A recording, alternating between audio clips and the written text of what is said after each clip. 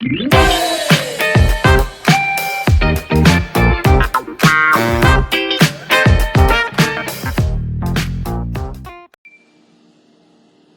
Friends, आज का जो ट्यूटोरियल या फिर जो क्लास होगा वो हम लोगों का सॉफ्ट कंप्यूटिंग के ऊपर होगा।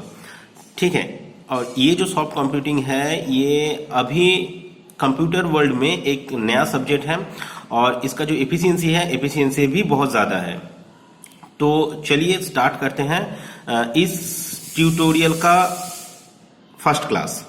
ओके, तो सबसे पहले हम लोग देख लेते हैं कि सॉफ्ट कंप्यूटिंग का डेफिनेशन क्या होता है। तो सॉफ्ट कंप्यूटिंग का डेफिनेशन जाने से पहले हम लोग देख लेते हैं व्हाट इज कंप्यूटिंग। कंप्यूटिंग हम लोग किसको बोलेंगे? कंप्यूटिंग का मतलब होता है कोई एक इक्वेशन है, इक्वेशन को सॉल्व करना, मतलब सॉल्व करने के बाद एक फाइनल हम लोगों को कुछ पर्टिकुलर रिजल्ट मिलेगा, तो उसको बोला जाता है कंप्यूटिंग। अब कंप्यूटिंग को दो पार्ट में डिवाइड किया जाता है, एक होता है हम लोगों का सॉफ्ट कंप्यूटिंग, दूसरा होता है हम लोगों का हार्ड कंप्यूटिंग। ठीक है, तो सॉफ्ट कंप्यूटिंग क्या होता है और हार्ड कंप्यूटिंग क्या होता है? हार्ड कंप्यूटिंग का मतलब होता है कि जहां पर हम लोग कुछ एल्गोरिदम फॉलो करके कुछ काम करेंगे तो उसको बोला जाता है हार्ड कंप्यूटिंग।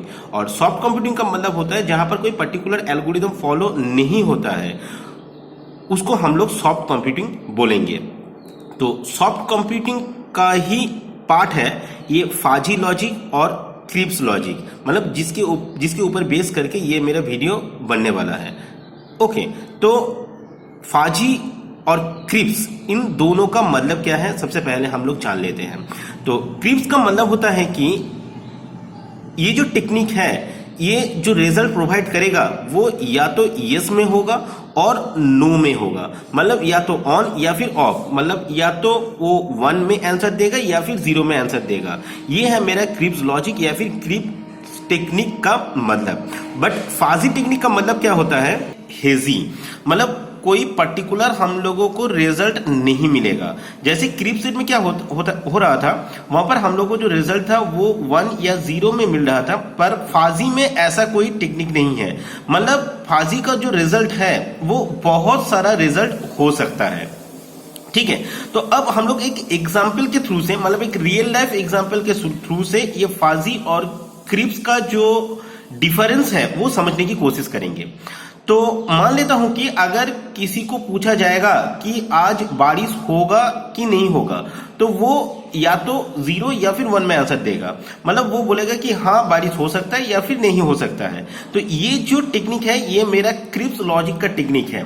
बट अगर फाजी के थ्रू से कोई अगर एग्जांपल हम लोग देखने के लिए जाएंगे, तो मान लीजिए कि अगर किसी को पूछा गया कि ये जो इंसान है वो क्या अच्छा इंसान है या फिर गलत इंसान है, तो इसका जो रिजल्ट होगा या फिर इसका जो आंसर होगा वो बहुत तरीके से हो सकता है। मतलब कोई बोल सकता है कि हाँ ये अच्छा है, तो कोई बोल सकता है कि नहीं ये मतलब थोड़ा सा अच्छा है, थोड़ा इसके अंदर बुराई है, कोई बोल सकता है नहीं ये बहुत ही बुरा इंसान है।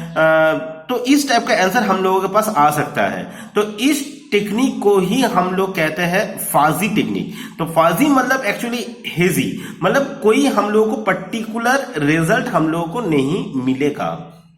ओके, तो फाजी लॉजिक में जाने से पहले हम लोगों को क्रिप्स लॉजिक के बारे में थोड़ा जानना पड़ेगा कि क्रिप्स लॉजिक क्या होता है और उसके अंदर उसको हम लोग इंप्लीमेंटेशन कैसे करेंगे। तो क्रिप्स लॉजिक एक्चुअली जो है हम लोग का जो सेट थ्योरी था उसी के ऊपर बेस करके ये क्रिप्स लॉजिक या फिर क्रिप्स टेक्निक को ही इंप्लीमेंट किया गया है। तो सबसे पहले क्रिप्स सेट में देखिए मैंने यहाँ पर नंबर 1 में मैंने यहाँ पर लिखा यूनिवर्स ऑफ डिस्कोर्स और universal set. Universe of discourse या फिर यूनिवर्सल सेट किसको बोला जाता है? मतलब एक सेट ऑफ एलिमेंट है जिसका सेम कैरेक्टरिस्टिक्स है, उस सब को मिलाकर हम लोग एक सेट में उसको डाल देंगे तो उसको बोला जाता है यूनिवर्सल सेट और यूनिवर्स ऑफ डिस्कोर्स, कुछ भी हम लोग बोल सकते हैं। उसके बाद आता है तुम्हारा सेट का डेफिनेशन, मतलब व्हाट इज सेट। सेट क्या होता है? सेट होता है तुम्हारा collection of well defined object, मतलब बहुत सारा ऑब्जेक्ट है उसको कलेक्शन, मतलब उसको एक साथ लेकर हम लोग एक सेट डिफाइन कर सकते हैं। और एक चीज जो हम लोग का हमेशा ख्याल रखना पड़ेगा वो यही है कि ये जो सेट है वो यूनिवर्सल सेट का एक पार्ट होगा हमेशा। ठीक है, उसके बाद है हम लोग का वेन डायग्राम। वेन डायग्राम क्या होता है, हर एक सेट को कैसे हम लोग रिप्रेजेंट करते हैं, जिसका डायग्राम मैंने यहाँ पर दिखाया, उसी को बोला जाता है वेन डायग्राम। उसके बाद है मेरा मेंबरशिप। मेंबरशिप क्या होता है, अगर मैं बोलूंगा कि x is the member of set ए, अगर हम लोग ऐसे इसको बोलेंगे तो इसको सेट में रिप्रेजेंट करने के लिए हम लोग को लिखना पड़ेगा X arrow capital A, where A is the set, मतलब ए एक सेट को रिप्रेजेंट कर रहा है और उस सेट का ही एक पार्ट है एक्स, मतलब एक्स ए में बिलोंग कर रहा है, तो उसी को हम लोग मेंबरशिप बोलेंगे। मतलब एक्स मेरा ए सेट का एक मेंबर है। उसके बाद कार्डिनलिटी। कार्डिनलिटी का डेफिनेशन क्या होता है, कार्डिनलिटी का डेफिनेशन होता है कि number of element of A set, एक सेट में कितना एलिमेंट है उसको हम लोग कार्डिनलिटी कहते हैं।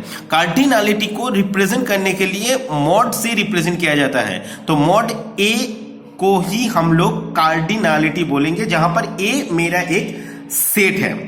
उसके बाद family of set. Family of set में क्या आता है, सबसे पहले आता है हम लोगों का नल सेट या फिर एम्प्टी सेट, मतलब एक ऐसा सेट जिसके अंदर कुछ भी नहीं है, जिसको हम लोग कहते हैं नल सेट। उसके बाद है सिंगलटन सेट। सिंगलटन सेट का मतलब होता है एक सेट जिसके अंदर सिर्फ एक ही एलिमेंट होगा, जिसको हम लोग कहते हैं सिंगलटन सेट। सबसेट। सबसेट का मतलब क्या होता है कि some part of a given set को हम लोग सबसेट कहते हैं, मतलब एक सेट है, उस सेट से ही हम लोग कुछ पार्ट एक्सट्रैक्ट कर दिए, उस एक्सट्रैक्ट पार्ट को ही हम लोग सबसेट कहेंगे मेन सेट का। उसके बाद है मेरा सुपर सेट। सुपर सेट का डेफिनेशन क्या होता है, हम लोग के पास एक सेट है, उस सेट के साथ अगर कुछ नया एलिमेंट हम लोग ऐड कर देंगे तो पिछले वाला जो सेट है उसके रेस्पेक्टिव अभी नया एलिमेंट ऐड करने के बाद हम लोग को जो सेट मिला है उसको हम लोग सुपर सेट बोलेंगे। ओके। उसके बाद आता है मेरा पावर सेट। पावर सेट हम लोग किसको कहते हैं, मतलब एक सेट का जितना भी पॉसिबल सबसेट बन सकता है उसी को हम लोग पावर सेट बोलेंगे।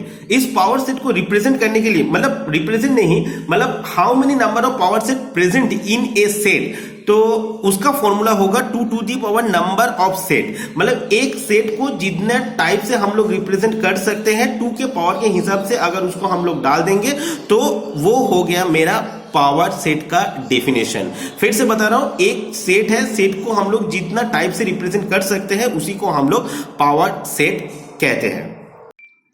अब हम लोग देखेंगे क्रिप्स सेट का ऑपरेशन क्या क्या परफॉर्म किया जाता है। तो सबसे पहले हम लोगों का यूनियन।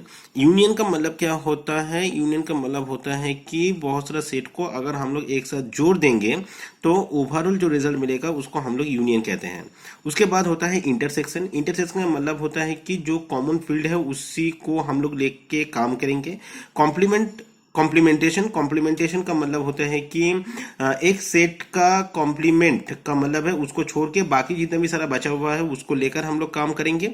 और डिफरेंस। डिफरेंस का मतलब होता है कि मान लेता हूं कि ए एक सेट है, बी एक सेट है, ए माइनस बी अगर हम लोग परफॉर्म करेंगे तो बी का जो कॉमन पार्ट ए में है वो वहां से निकल जाएगा और बाकी जो पड़ा हुआ रहेगा वो हो जाएगा मेरा आंसर, जिसको बोला जाता है डिफरेंस। उसके बाद हम लोग देखेंगे properties of crisp set. Crisp set का प्रॉपर्टीज क्या क्या है। तो सबसे पहले देखिए एसोसिएटिविटी। एसोसिएटिविटी ये जो सेट का जो फॉर्मूला था वही सब मैंने यहाँ पर लिख कर रख दिया। एसोसिएटिविटी का मतलब होता है ए यूनियन बी और यूनियन सी अगर होगा तो उसको हम लोग बोल सकते हैं कि A union B union C. उसके बाद commutative law, A union B और बी यूनियन ए का मतलब सेम होता है। उसके बाद आता है डिस्ट्रीब्यूटिव लॉ। डिस्ट्रीब्यूटिव लॉ का मतलब होता है A union B intersection C equal to A union B intersection A union C. Idempotent law का मतलब होता है A union A equal to A और A intersection A equal to ए।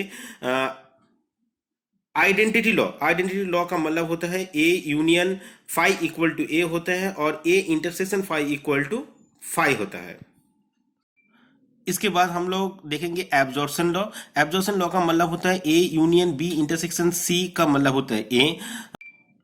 अब हम लोग देखेंगे एवोल्यूशन लॉ के बारे में। एवोल्यूशन लॉ का मतलब क्या होता है, ए बार उसका होल बार का मतलब होता है ए, मतलब किसी भी वेरिएबल के ऊपर या फिर किसी भी सेट के ऊपर डबल बार अगर लगा हुआ रहेगा तो बार बार कट जाता है। तो वो जो नॉर्मल सेट है वही रिटर्न आता है, तो ए हो जाएगा मेरा आंसर।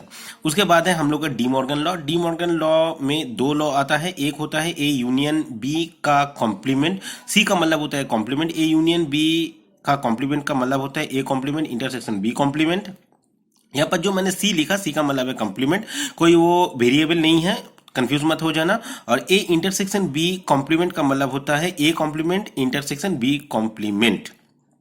इसके बाद हम लोग देखेंगे partition and covering. Partition and covering किसको बोला जाता है? तो एक यूनिवर्सल सेट में पार्टीशन क्या होता है? तो ये जो मैंने डायग्राम यहाँ पर बनाया, मान लेता हूं कि ये एक मेरा सेट है, उस सेट में इस सेट को मैंने कुछ सब पार्ट में डिवाइड कर दिया, माने A1, A2, A3, A4, A6, A7 dot dot dot करके मैंने कुछ वहां पर पार्टीशन कर दिया। पर जितना भी मैंने यहाँ पर पार्टीशन किया वो एक दूसरे से इंटरसेक्ट नहीं किया हुआ है, तो इसी को हम लोग कहते हैं पार्टीशनिंग। ठीक है। उसके बाद आता है कवरिंग। कवरिंग का मतलब क्या होता है? कवरिंग का मतलब होता है अगर एक यूनिवर्सल सेट है, यूनिवर्सल सेट में अगर हम लोग कुछ पार्टीशन कर देंगे और वो पार्टीशन अगर एक दूसरे को इंटरसेक्ट करेगा तो उसको बोला जाता है कवरिंग इन क्रिप्ट सेट में। तो यहां पर देखिए A1 और A2 एक दूसरे से मर्ज हो रहा है, मतलब एक दूसरे से इंटरसेक्ट कर रहा है, तो ये जो कंसेप्ट है इसको बोला जाता है कवरिंग। तो ये गया मेरा overall idea of crypt set. ठीक है। तो फ्रेंड्स, अगर आप लोगों को मेरा ये वीडियो पसंद आता है तो प्लीज लाइक, शेयर और कमेंट करना, साथ ही साथ जो बेल बटन है उसको भी प्रेस कर देना, क्योंकि जब भी मैं इस चैनल में कोई नया वीडियो अपलोड करूंगा तो उसका नोटिफिकेशन आप लोगों के पास पहुंच जाए। Thank you friends.